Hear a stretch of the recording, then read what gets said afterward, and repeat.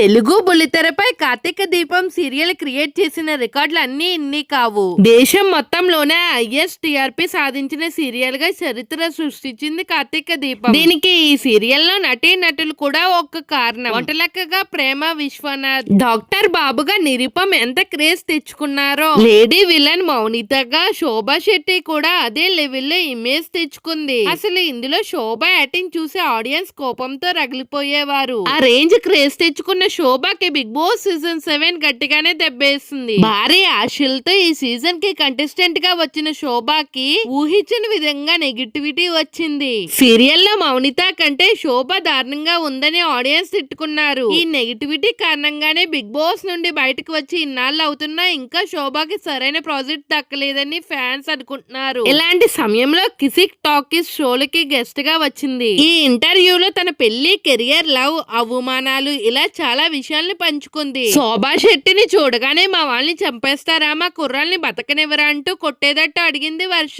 ఏమైందని శోభ అంటే, ఏంటి ఈ మధ్య ఆ గ్లామర్ ట్వీట్, వర్షంలో చీర నడుము చూపిస్తూ ఆ వీడియోలు ఏంటి అని వర్ష అడిగింది. దీనికి తెగ సిగ్గుపడిపోయిన శోభ, అదా అనుకోకుండా ఆ వీడియో షూట్ చేసాం, గోవా వెళ్ళాం, సడన్గా వర్షం పడింది, యశ్వంతే వీడియో తీస్తానన్నాడు, వాడే షూట్ చేశాడు అని శోభ చెప్పింది. అబ్బో యశ్వంత్ లో ఈ యాంగిల్ కూడా ఉందా అని వర్ష అడిగితే, చాలా యాంగిల్స్ ఉన్నాయని శోభ నవ్వింది. అలానే తన లవ్ ప్రపోజల్ కూడా యశ్వంత్ అంత ఈజీగా ఒప్పుకోలేదని చెప్పింది శోభ. మరి ప్రేమ గురించి చెప్పారు, ఎంగేజ్మెంట్ కూడా అయ్యింది, పెళ్లి ఎప్పుడని అడిగింది వర్ష.